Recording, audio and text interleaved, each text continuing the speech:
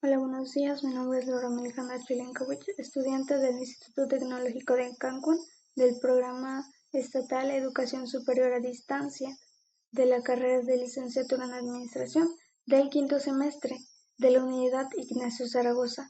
A continuación veremos el contenido del segundo parcial de la materia de Derecho Fiscal a cargo del docente Dr. Ismar Esau Cruz Bonilla.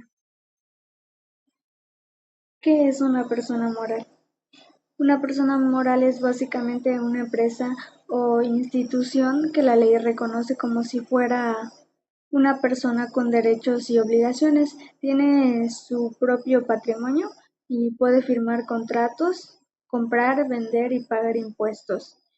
En otras palabras, es como darle identidad legal a un grupo organizado, por ejemplo, una sociedad anónima o una asociación civil. ¿Cuál es la principal ley que regula el pago del impuesto sobre la renta para las personas morales?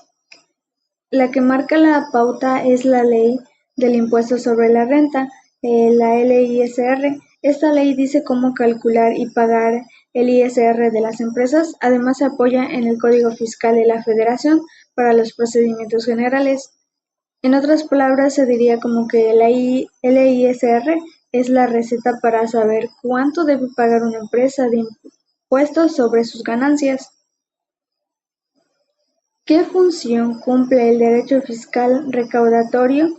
Su papel es establecer las reglas para que el gobierno pueda cobrar impuestos y así tener dinero para cubrir gastos públicos, como escuelas, hospitales o carreteras. Es como que el conjunto de normas que asegura que el Estado tenga recursos para funcionar y que todos aportemos de manera justa. 3 obligaciones fiscales básicas de una persona moral sería registrarse en el RFC para tener identidad fiscal, llevar contabilidad ordenada y actualizada, presentar declaraciones y emitir facturas electrónicas CFDI.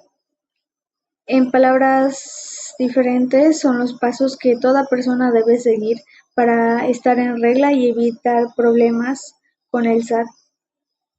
¿Por qué son importantes las personas morales para la economía mexicana? Porque son las que generan la mayoría de los empleos, producen bienes y servicios, atraen inversión y pagan impuestos que financian al gobierno. Sin las empresas la economía no se mueve, pues son el motor que impulsa el desarrollo del país. ¿Qué facultades tiene la autoridad fiscal para verificar el cumplimiento de las obligaciones? El SAT puede revisar a las empresas de distintas formas, como revisiones de escritorio, visitas en el domicilio fiscal, revisiones electrónicas, solicitar información y documentos, imponer multas o iniciar procedimientos de cobro.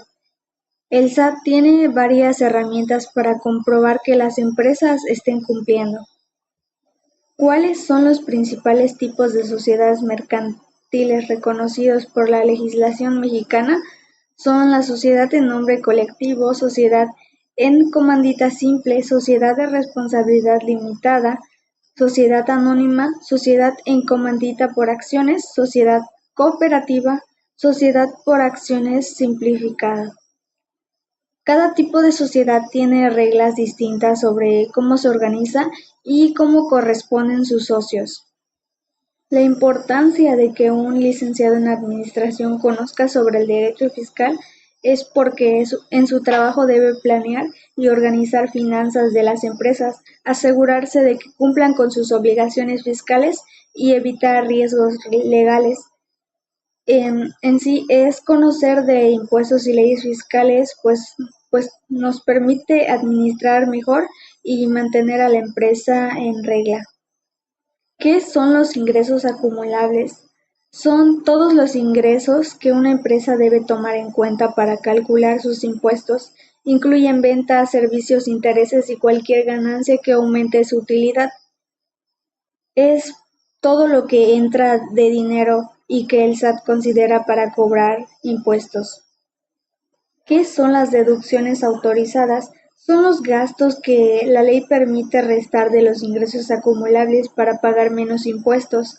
Deben cumplir requisitos como estar relacionados con la actividad de la empresa y estar comprobados con facturas. Dicho que pues son los gastos válidos que ayudan a reducir la cantidad de impuestos a pagar. ¿Cuál es la principal diferencia entre un gasto contable y una deducción fiscal? Un gasto contable es cualquier salida de dinero registrada en los libros de la empresa. Una deducción fiscal, en cambio, solo se reconoce si cumple con las reglas del SAT. Un ejemplo sería comprar café para la oficina, pues se registra contablemente, pero no siempre se puede deducir fiscalmente. ¿Qué leyes regulan principalmente los ingresos acumulables y las deducciones autorizadas en México? Son las leyes que son la Constitución, el artículo 31 en la fracción 4, la Ley del Impuesto sobre la Renta, el LISR, el Código Fiscal de la Federación, el Reglamento de la LISR y la Resolución Miscelánea Fiscal y Criterios del SAT. Y en otras palabras, pues son las reglas que dicen qué ingresos cuentan y qué gastos se pueden descontar. ¿Qué es el resultado fiscal? Es la utilidad que se obtiene después de restar a los ingresos acumulables las deducciones autorizadas, la participación de utilidades, PTU, y las pérdidas fiscales pendientes, pues es la ganancia oficial que el SAT toma como base para calcular el ISR de la empresa. ¿Cuál es la diferencia entre utilidad contable y el resultado fiscal? La utilidad contable se calcula con base en las normas de información financiera, las NIF, y se refleja la situación económica de la empresa. En cambio, el resultado fiscal se determina aplicando las reglas de la ley del ISR y sirve para calcular impuestos. Dicho así, la utilidad contable muestra cómo le va a la empresa, mientras que el resultado fiscal muestra cuánto debe pagar al SAT. ¿Cuáles son los principales elementos para determinar el resultado fiscal? Los principales elementos son los ingresos acumulables, las deducciones autorizadas, el PTU deducible cuando se aplica, las pérdidas fiscales pendientes de amortizar. Se trata de sumar lo que entra y restar lo que la ley permite para llegar a la utilidad fiscal. ¿Qué documentos y controles ayudan a determinar correctamente el resultado fiscal?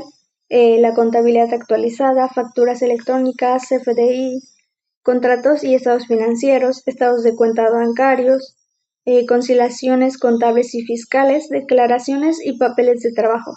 En otras palabras, es todo documento que respalde operaciones y gastos, pues es clave para calcular bien los impuestos. Las recomendaciones contables que contribuyen a un adecuado cumplimiento fiscal son llevar la contabilidad al día, hacer conciliaciones mensuales, conservar documentación comprobatoria, usar sistemas contables confiables, capacitar al personal, implementar controles internos, estar actualizado en reformas fiscales. Dicho así, es el orden, disciplina y actualización constante que son la clave para evitar problemas con el SAT. El IVA es un impuesto indirecto que grava el consumo. Lo paga el consumidor final, pero las empresas son las responsables de administrarlo ante el SAT. La ley del IVA establece que se paga con la venta de bienes, prestación de servicios, uso temporal de bienes e importación de bienes o servicios. El IVA trasladado es el que cobra la empresa a sus clientes y el IVA acreditable es el que la empresa paga y puede descontar del IVA que cobró. En una operación grabada al 0%, la actividad está sujeta al IVA con tasa cero. En una operación exenta, no se causa IVA y no se puede acreditar. Para cumplir con el IVA es necesario llevar la contabilidad al día, separar el IVA cobrado y pagado, emitir facturas correctas y mantenerse actualizado con las disposiciones fiscales. El IVA se aplica en 4 casos principales: venta de bienes, prestación de servicios, renta de bienes y la importación. La prestación de servicios significa cualquier actividad que una persona realiza en beneficio de otra. sin relación laboral y a cambio de un pago. El uso o goce temporal de bienes es el derecho de usar un bien por un tiempo determinado pagando una renta. El IVA se paga en el momento en que los bienes entran al país, normalmente en la aduana. Conocer el IVA es fundamental porque ayuda a cumplir con las obligaciones fiscales, elaborar presupuestos precisos y tomar mejores decisiones financieras.